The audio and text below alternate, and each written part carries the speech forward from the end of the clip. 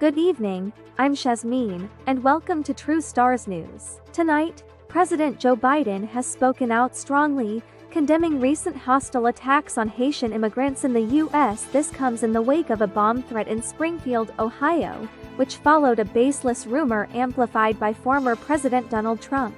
Speaking at a White House event celebrating Black excellence, President Biden emphasized, "This has to stop." He referred to the rising tension and hate targeting the Haitian community, particularly after Trump falsely claimed during a debate that Haitian immigrants in Springfield were stealing and eating pets. Biden stressed, "There's no place for this in America," calling for an end to the harmful rhetoric. The mayor of Springfield, Rob Rue, has been on the front lines of this crisis. Earlier this week, a bomb threat targeted Springfield City Hall, schools, and other buildings, specifically using hateful and anti-immigrant language directed at the local Haitian community.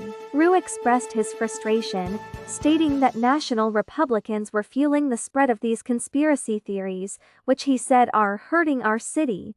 Though no explosives were found, the threat has heightened concerns about the safety of Springfield residents. The rumor, which originated on social media, falsely accused Haitian immigrants of hunting and eating people's pets. Trump referenced this false claim during a recent debate with Vice President Kamala Harris, triggering anger and ridicule. Trump's comments were echoed by his running mate, J.D. Vance, who shared similar sentiments on X, formerly Twitter.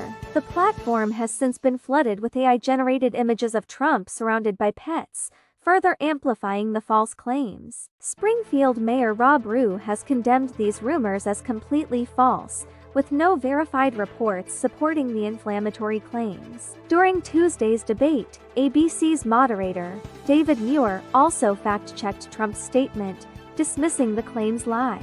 Rue reiterated that these rumors are distracting from the city's real challenges, such as housing shortages, overwhelmed healthcare systems, and strained school resources. Meanwhile, the father of an 11-year-old boy who tragically lost his life in an accident involving a Haitian immigrant last year has also spoken out. Nathan Clark urged Trump and Vance to stop using his son's name for political gain. His message underscores the emotional toll this rhetoric is having on families in the community. As the situation continues to develop, authorities are working hard to ensure public safety and restore calm in Springfield. President Biden's call for unity and truth will likely shape the national conversation in the days to come. That's all for tonight's update. I'm Shazmeen, and you're watching True Stars News. Stay tuned for more.